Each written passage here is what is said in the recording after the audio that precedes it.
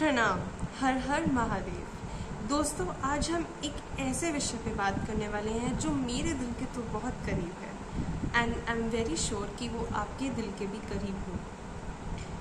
और उस विषय का नाम है सनातन धर्म, जिसे संतों का धर्म और पुरातन धर्म भी कहा जाता है, क्योंकि ये सबसे पुराना धर्म है।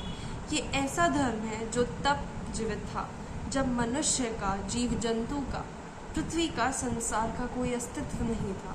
इन सब चीज़ों का कुछ निर्माण ही नहीं किया था। ये धर्म तब से जीवित है। आज हम इस धर्म के 5 चीज़ों पर जोर डालेंगे। सबसे पहले चीज़, त्रिदेवों का निर्माण किस प्रकार हुआ था। दूसरी चीज़, क्यों भगवान शिव को, भगवान भोलेनाथ को सत्य कहा जाता है, अटल सत्य कहा जाता है। तीसरी चीज़, कालचक्र यानी कि टाइमलाइन, कैसे मनुष्यों का वक्त और ब्रह्म काल अलग होता है। चौथी चीज़, हमारे 18 महापुराणों का नाम। और 5वीं चीज़, उन्हीं 18 महापुराणों में से एक और सबसे पवित्र पुराण भगवान शिव का शिव पुराण। उस शिव पुराण के अंदर थोड़ी सी डिटेल हम आज इस वीडियो में ज़रूर जानेंगे। तो सबसे पहले हम आ जाते हैं त्रिदेवों का निर्माण कैसे हुआ था। ये बात तब की है जब इस संसार में सिर्फ घोर अंधेरा था और अनंत सागर था। कुछ नहीं था, कोई रोशनी नहीं थी, कोई पेड़ पौधे, कोई जीव जंतु, कुछ नहीं था। केवल घोर अंधेरा और अनंत सागर। उस घोर अंधेरे में से निकली एक बहुत ही तीव्र प्रकाश की ज्योति, और उस ज्योति में से अवतरण हुआ अर्धनारीश्वर का। अब आप में से कई लोग पूछेंगे कि अर्धनारीश्वर कौन है। अर्धनारीश्वर भगवान शिव और माता पार्वती का आधा आधा स्वरूप है, जिसमें आधे भगवान शिव हैं और आधी माता पार्वती, दोनों मिलाकर अर्धनारीश्वर बनते हैं। इस अवतार में से माता पार्वती ने स्वयं को अलग किया और वो एक, और ये शक्ति माँ आदि पराशक्ति का रूप ले ली, और भगवान शिव ने स्वयं को इसमें से अलग किया और ये बन गए भगवान सदाशिव। अब इन दोनों की मन की शक्ति से उत्पन्न हुए ब्रह्मदेव, भगवान विष्णु, माता सरस्वती और माता लक्ष्मी। स्त्री शक्ति से स्त्री शक्ति का निर्माण हुआ और पुरुष की शक्ति से पुरुषों का निर्माण हुआ। भगवान शिव और माता पार्वती ने भगवान ब्रह्मा को सृष्टि का रचयिता बनाया, भगवान विष्णु को सृष्टि का पालनहार बनाया, और इस कार्य में माता पार्वती ने माता सरस्वती और माता लक्ष्मी को कहा कि वो भगवान ब्रह्मा और भगवान विष्णु का साथ दें, क्योंकि भगवान ब्रह्मदेव को सृष्टि की रचना करनी थी, तो उसके लिए उनको विद्या की, कला की आवश्यकता थी। इसलिए उनके साथ गई विद्या और कला की देवी सरस्वती। संसार का पालन करने में, संसार का संचालन करने में भगवान विष्णु को चाहिए थी माया और धन। तो इसके लिए धन और माया की देवी लक्ष्मी ने उन्हें अपना सहयात्री चुना। इस प्रकार त्रिदेवों का निर्माण हुआ, और फिर माता आदि पराशक्ति ने भगवान महादेव को ये वर दिया कि वो उनकी पत्नी के स्वरूप में पृथ्वी पर जन्म लेंगी और विवाहित जीवन उनके साथ बिताएंगी। ऐसे करते करते भगवान ब्रह्मा को मिला ब्रह्मलोक, और फिर भगवान विष्णु को मिला वैकुंठ, और महादेव को मिला कैलाश। अब हमारे धर्म के अंदर ऐसी बहुत चीज़ें हैं जो हमें लगती तो बहुत ही सरल है, लेकिन सरल नहीं है। उसमें अंदर की तरफ जाके अगर आप पढ़ोगे, अगर आप किताबों में जाओगे, तो आपको जाके पता चलेगा कि केवल ब्रह्मा एक नहीं है, विष्णु एक नहीं है, केवल और केवल शिव एक है। तीनों के अलग अलग अवतार हैं। सबसे पहले मैं बात करने वाली हूँ विष्णु जी के अवतार। तो जिन विष्णु जी को आज हम सब लोग जानते हैं, जिन्हें हम पूजते हैं, उन्हें हमारे धर्म में कहा गया है क्षीरोदक्षाई विष्णु। और ये वो विष्णु हैं जो भगवान महाविष्णु का तीसरा पुरुष अवतार है। इनका कर्म क्या है? इनका कर्म है कि ये वैकुंठ में वास करते हैं और अच्छाई का संचालन संसार में करवाते हैं। ये हम सबके हृदय में वास करते हैं और हमारी अंतरात्मा बनकर हमारे अंदर रहते हैं। दूसरे हैं गर्भोदक्षाई विष्णु, जिन्हें दूसरा पुरुष अवतार कहा गया है। ये गर्भ ओशन में रहते हैं, यानी गर्भ सागर में रहते हैं, जो कि शेष नाग पे विराजते हैं। इन्होंने ब्रह्मा जी का निर्माण किया था अपने नाभि से। फिर इन्होंने इस चराचर जगत की हर चीज़ों का भी निर्माण करवाया था उनसे। और सबसे पहले जो विष्णु हैं वो है महाविष्णु। महाविष्णु वो विष्णु हैं जिनको भगवान शिव ने निर्मित किया था। ये विष्णु हर प्रकार के जीव जंतु में वास करते हैं। इनके श्वास से बहुत तरीके के यूनिवर्सेस आप कह लो वो निकलते हैं। जब ये श्वास अंदर लेते हैं तो प्रलय आती है, ये श्वास छोड़ते हैं तो नया क्रिएशन होता है। ये सब कुछ बनाते हैं, महातत्व का निर्माण करते हैं। ये है महाविष्णु और ये है महालक्ष्मी के अर्धांग। अब हम आते हैं दूसरे चीज़ पे, जिसे कहा जाता है कि क्यों महादेव को माना जाता है कि वही अटल सत्य है। अब मैं स्वयं महादेव की भक्त हूँ, तो मैं ऐसा नहीं कुछ कहूँगी जो आप लोगों को लगे कि मैं उनकी भक्त होने के नाते कह रही हूँ। मैं सारे प्रूफ्स के साथ आपको बताऊँगी कि क्यों महादेव को कहा जाता है कि वो अल्टीमेट सत्य है। इस चीज़ के लिए मेरा सबसे पहला तर्क ये है कि माता आदि पराशक्ति ने अपने स्वयं के स्वरूप में, जो स्वरूप उनका खुद का था, माता पार्वती का स्वरूप, उस स्वरूप में उन्होंने भगवान शिव से शादी करी। पहला। दूसरा, हमारे पुराणों में और ग्रंथों में ये लिखा गया है कि भगवान शिव महाविष्णु के रचयिता हैं, महाब्रह्मा के रचयिता है, माता सरस्वती, माता लक्ष्मी, इन सब के वही रचयिता हैं। ये दो तर्क मैं अपने उससे डालती हूँ। और ऐसे कई किस्से हैं जहाँ पे देखा गया है कि बड़े बड़े महारथी, जैसे कि मर्यादा पुरुषोत्तम भगवान श्री राम महादेव को पूजते हैं, जैसे अर्जुन महादेव को पूजते हैं, गांडवधारी अर्जुन महादेव को पूजते हैं। ऐसे कई तर्क, विशेष तर्क हैं जो ये कहते हैं कि भगवान शिव, उनका कोई अंत नहीं है, उनका कोई आरंभ नहीं है। हमारे किसी भी ग्रंथ में उनका कुछ आरंभ नहीं लिखा, उनका प्राकट्य हुआ है, उनका जन्म नहीं हुआ है और ना ही उनका अंत हो सकता है। प्रलय के बाद भी उनका कोई अंत नहीं है। अब आते हैं हम आज के अपने तीसरे उस पे, जिसे मैं कहूँगी काल संग्रह। काल संग्रह यानी टाइमलाइन। और इस चीज़ का मैं आपको पुख्ता प्रूफ ज़रूर दूँगी।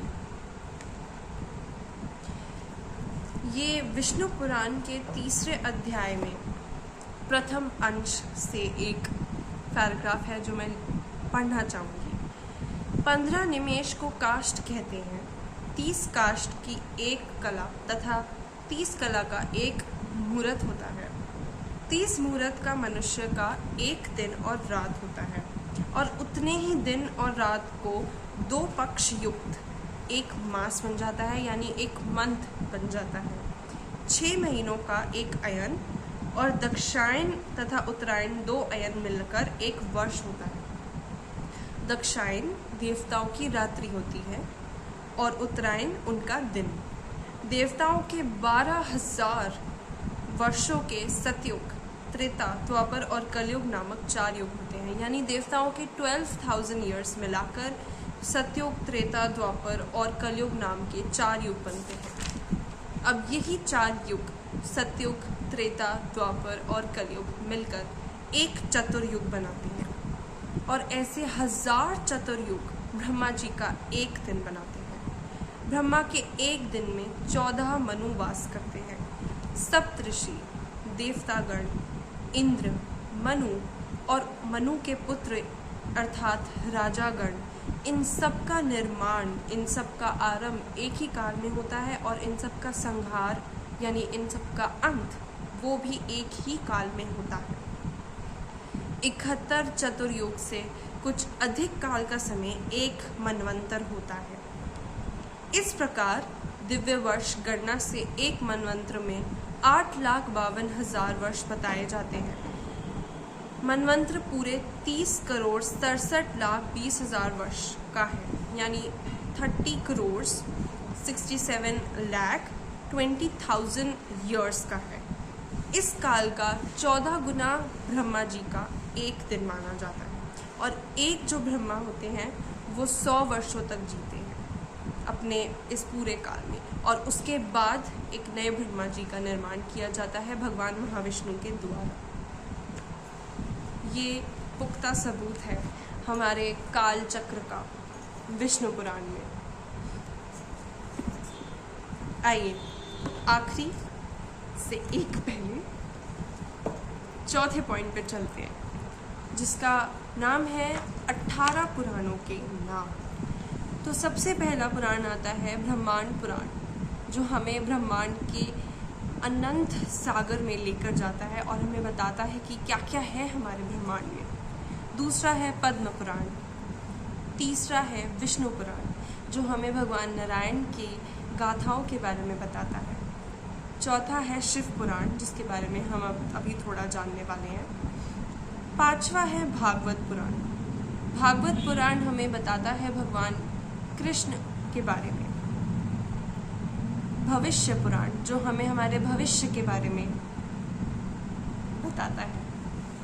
फिर आता है नारद पुराण, ब्रह्म वैवर्त पुराण, अग्नि पुराण, मार्कंड्य पुराण, लिंग पुराण, वराह पुराण, स्कंद पुराण, वामन पुराण, कुर्म पुराण, मत्स्य पुराण, गरुड़ पुराण, ब्रह्मांड पुराण। हिंदू घरों में जब भी यदि किसी व्यक्ति की मृत्यु हो जाती है तो 13 दिन तक गरुड़ पुराण का पाठ किया जाता है, क्योंकि उसमें भगवान विष्णु ने गरुड़ को अपने द्वारा बनाए गए जीवन मृत्यु के चक्र के बारे में बताया है। तो इस चक्र को उन्होंने एक पुराण में बदल दिया ऋषि वेद व्यास ने, और उन्होंने इसको गरुड़ पुराण का नाम दिया। अब इस पुराण में 100 करोड़ से भी ज़्यादा श्लोक थे, किंतु भगवान वेद व्यास के कृपा की वजह से उन्होंने इसको 4 लाख श्लोक में बदल दिया और 18 पुराणों में बांट दिया, और इसे ही कहते हैं महापुराण। आइए अब हम आगे बढ़ते हैं शिव पुराण के इनसाइट्स में, जिसे मैं कहती हूँ इनसाइट्स इनटू द शिव पुराण। तो इसके अंदर सबसे पहले बताया गया है कि क्रिएशन ऑफ द यूनिवर्स को कैसे उन्होंने डिस्क्राइब किया है, वो मैं आपको बताती हूँ। तो उन्होंने बोला कि सबसे पहले क्रिएशन ऑफ द यूनिवर्स यानी सर्ग हुआ, फिर periodical process of destruction and recreation यानी प्रतिसर्ग, मतलब जो प्रोसेस रिपीट होता है। क्रिएशन होगी, फिर प्रलय आएगी, संसार का निर्माण होगा, फिर संसार में प्रलय आएगी, फिर एक और नए संसार का निर्माण होगा, फिर उस संसार को भी अंत होना होगा उसमें प्रलय आनी होगी। फिर मनवंतरस, जैसे मैंने अभी कुछ देर पहले बताया मनवंतरस, फिर सूर्यवंश का निर्माण हुआ, चंद्रवंश का निर्माण हुआ और वंशानुचरित का निर्माण हुआ, जिसे हम रॉयल जीनियोलॉजीज कहते हैं, जो रॉयल्टी है उसका निर्माण हुआ। ये सब चीज़ें जो हैं ये मिलकर वैदिक सिविलाइजेशन और सनातन धर्म का निर्माण करती हैं। अब इसमें इन्होंने ये भी बताया गया है कि कैसे शिव तत्व को पाया जाए। शिव तत्व वो चीज़ है जब इंसान वैकुंठ से ऊपर उठ जाए, जब इंसान गोलोक से ऊपर उठ जाए, जब इंसान स्वर्ग लोक से ऊपर उठ जाए और पहुंच जाए कैलाश, क्योंकि कैलाश से ऊपर मोक्ष स्थल कुछ नहीं है। मोक्ष स्थल कैलाश एक ऐसी जगह है जहाँ जाके आपकी आत्मा को वापस जन्म लेने की कोई आवश्यकता ही नहीं पड़ती है और भगवान भोलेनाथ के चरणों में आपको सेवा करने का मौका मिलता है आपकी मृत्यु के पश्चात। लेकिन ये मौका हर किसी को प्राप्त नहीं होता, ये सिर्फ उन्हीं को प्राप्त होता है जिन्होंने शिव तत्व को पाया होता है।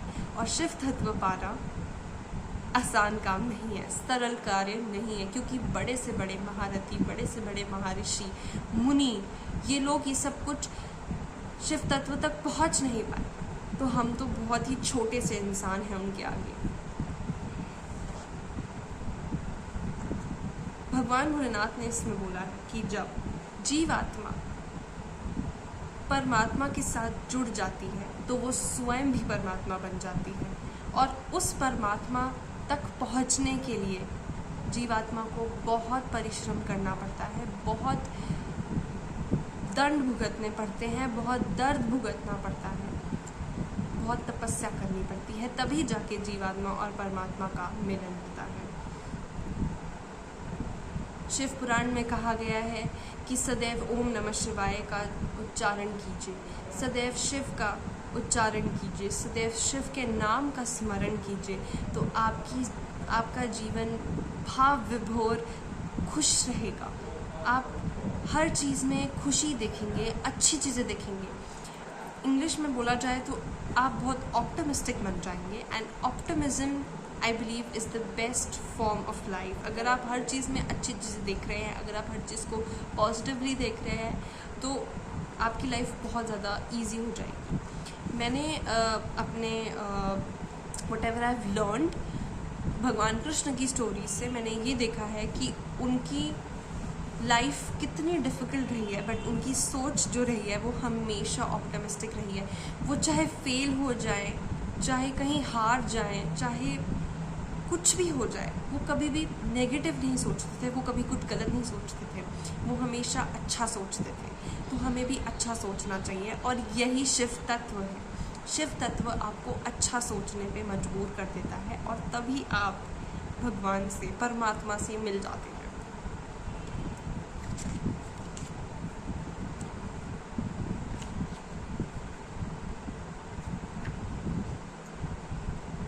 भगवान शिव का विस्तार मैं तो नहीं कर सकती, लेकिन ये शिव पुराण में जितना लिखा हुआ है उतना मैं आपको ज़रूर बता सकती हूँ।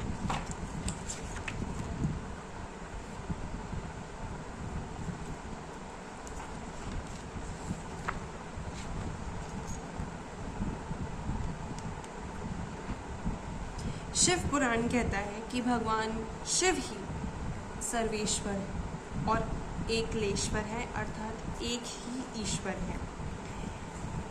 ब्रह्मा जी सभी देवी देवताओं को बोलते हैं कि भगवान शिव ही इकलौते सर्वेश्वर हैं। मैं अपनी एग्जिस्टेंस उन्हें ओन करता हूँ, मैं अपनी एग्जिस्टेंस उनके नाम करता हूँ। भगवान शिव के 3 अवतार हैं।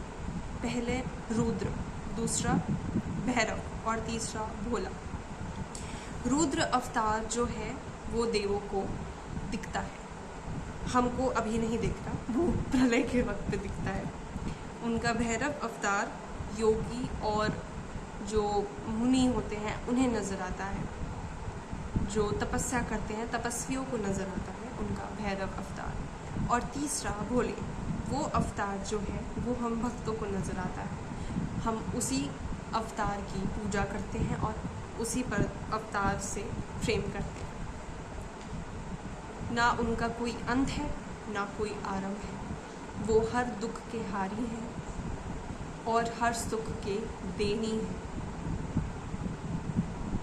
वो हर एक सीक्रेट के भी भगवान हैं। अगर हम कुछ सीक्रेट भी छुपा रहे हैं तो वो सीक्रेट भी उन्हें पता है।